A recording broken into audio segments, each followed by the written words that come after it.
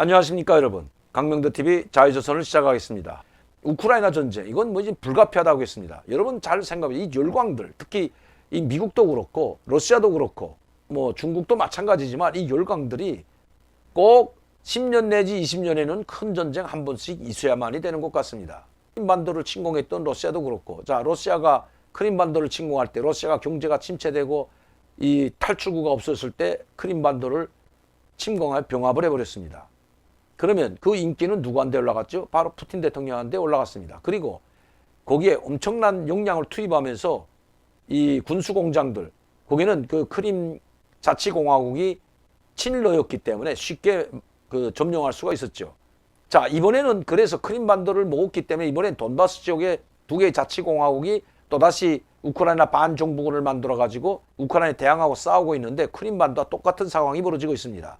자, 여기에 이제는 나토도 미국도 한 발짝도 물러서지 않겠다고 하고 있습니다. 어제 새벽에, 우리 시간으로 오늘 새벽이죠. 새벽에 푸틴과 이 바이든 대통령 간에 약 1시간 남아 전화 통화를 했는데, 여러분 전화로 1시간 남아 통화했다. 많은 통화를 했죠. 그런데 결과는 똑같습니다. 제가 어제 말씀드렸듯이 이거 하나만 하라고 했습니다. 명분 쌓기용.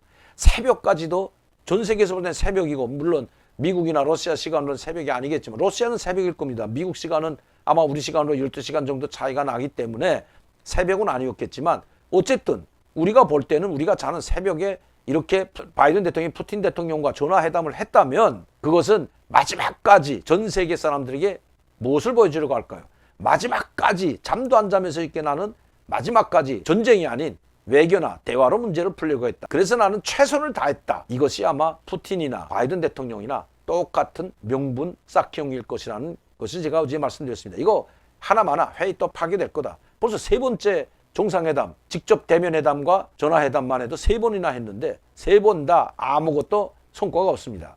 미국의 국무장관, 그리고 라브로노프 러시아의 외교장관이 스위스에서 만나고 차관보가 만나고 차관들끼리 만나서도 해서도 아무런 성과가 없었고, 마크롱이 프랑스 대통령이 갔다 오고, 아무리 푸틴 대통령과 만나서도 마크롱 대통령의 손을 들어주는 것처럼 했지만 푸틴 대통령은 거기에 접점을 찾을 수 있는 유리한 조건이 있다고 했지만 결국 이것은 공연불에 지나지 않았습니다. 결국 아무것도 얻은 것이 없죠. 왜? 우크라이나가 받아들이지 않고 나토가 받아들일 수 없는 것을 마크롱 대통령이 가서 푸틴 대통령이 제시를 했기 때문에 동맹국들로부터 지지를 받지 못했기 때문입니다. 자, 어쨌든 다 명분 쌓기용이라는 것입니다. 대규모 전쟁을 하나 일으키긴 일으켜야 되는데, 그래야 군수재벌도 살아나고 경제도 살아나고 지금까지 만들어놓은 폭탄, 미사일 좀 쏴대야 되는데, 이거는 러시아도 미국도 저는 마찬가지라고 생각합니다. 나토도 마찬가지고요. 위기에 빠져있는 이 돌파구, 여기서 승자가 아마 국민들의 엄청난 지지를 받을 것은 틀림없습니다. 한치의 양보도 없는 전쟁은 이미 시작되었다고 제가 말씀드렸습니다. 바이든 대통령이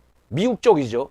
이제는 푸틴 대통령의 전쟁이 결심만 남았다고 했고, 자, 미국 국무부죠. 거기서는 뭐라고 발표했습니까? 2월 16일, 참 요날이 또 김정일 생일입니다. 러시아는 2월 16일 우크라이나를 침공할 것이라는 이런 성명도 발표했습니다. 기정사실화됐다는 거죠. 그리고 그런 정보들을 계속 수집하고 있고, 인공위성으로 우크라이나 국경 주변에, 러시아와 우크라이나 국경 주변, 그리고 벨라루스와 우크라이나 국경에 엄청난 무력들이 지금 군 장비들이 투입되고 있을 뿐만 아니라 비행기들까지도 지금 투입되고 있다는 정황들을 속속 공개하고 있습니다. 그러면서 2월 16일 우크라이나를 침공할 것이다. 저는 2월 16일 전이라도 러시아는 우크라이나를 침공할 수 있다는 것입니다. 아마 크림반도에 있는 돈바스 지역의 두 개 자치공화국이 먼저 우크라이나를 침공할 수도 있기 때문입니다. 그리고 그를 지원하는 형태로, 그들의 요청에 의해서 들어가는 형태로 우크라이나를 침공할 수 있다는 거죠.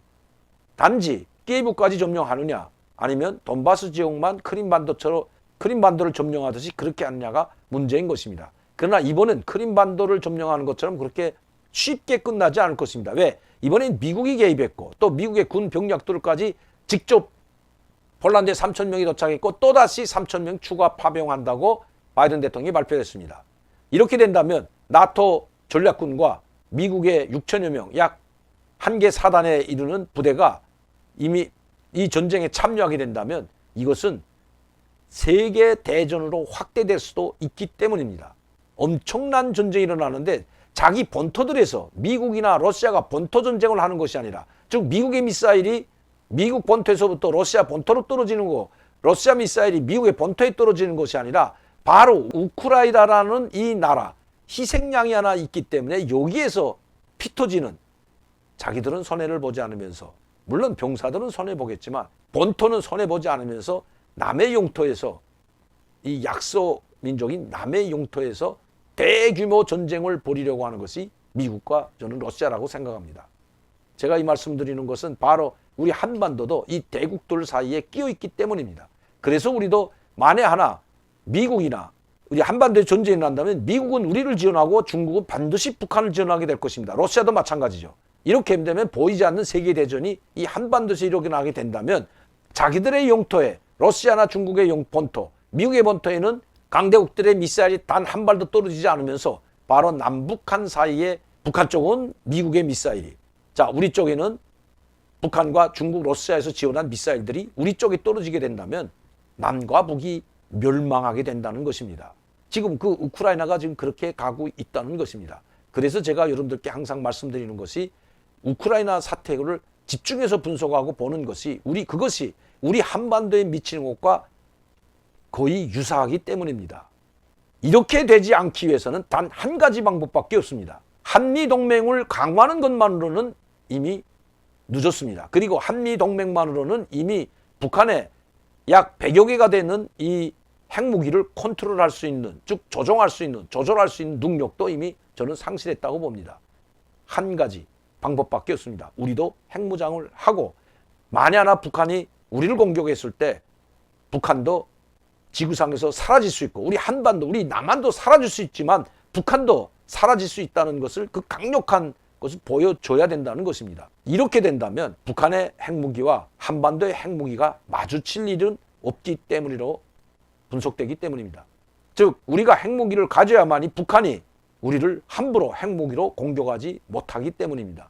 지금 많은 전 세계에서 2차 대전 이후에 크고 작은 규모의 전쟁이 이라크에서, 예멘에서, 리비아에서 많은 전쟁, 아프가니스탄에 전쟁이 일어났지만 결국 핵무기를 사용한 적은 단 한 번도 없습니다. 왜? 핵무기가 없는 나라들과 미국이 싸웠기 때문입니다. 그러나 이번에는 다르다는 거죠. 북한이 만에 하나 자기들이 지게 된다면 핵무기를 쓰지 않을까요?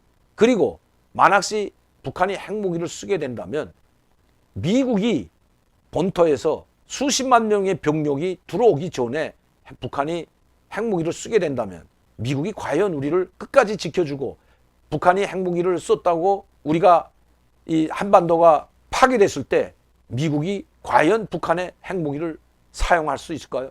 공격할 수 있을까요?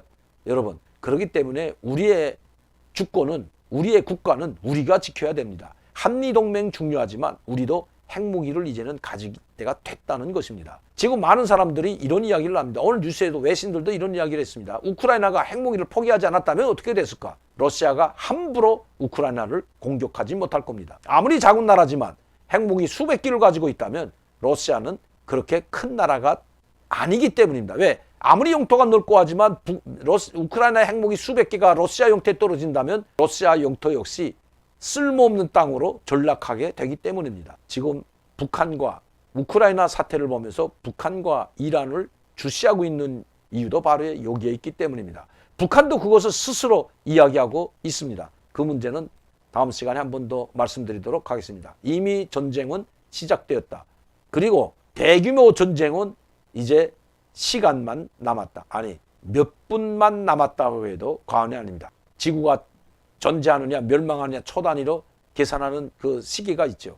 이제 몇 초 남지 않은 것만은 틀림이 없습니다. 많은 군사력이 이미 집중되었고 이미 이것을 철수시키기에는 서로 늦었다는 것입니다. 그리고 러시아도 미국도 한 발자국도 물러설 기미는 없고 오직 명분 쌓기에만 주력하고 있는 두 나라 대통령의 그 회담을 보면서 이미 이것은 마지막까지 최선을 다했다는 그 명분 쌓기용이라는 것이 이미 이번 회담에서 드러났다는 것입니다. 한반도 이제 2월 16일 미국 말대로 2월 16일 러시아가 우크라이나를 침공한다면 대규모 전쟁으로 확대될 것은 틀림없습니다. 단지 많은 외신들이 이런 우려를 하고 있습니다. 우크라이나 대통령, 코미디 대통령이 과연 러시아의 침공에 대비해서 모든 국가의 방위력을 총동원하여, 즉 군사력을 총동원하여 결사분투하여 결사항쟁에 일도설까? 이걸 우려하고 있는 것입니다. 다시 말씀드리면 우크라이나에서 도망치지 않을까, 피하지 않을까 이런 우려를 전하는 외신들도 상당히 많아졌습니다.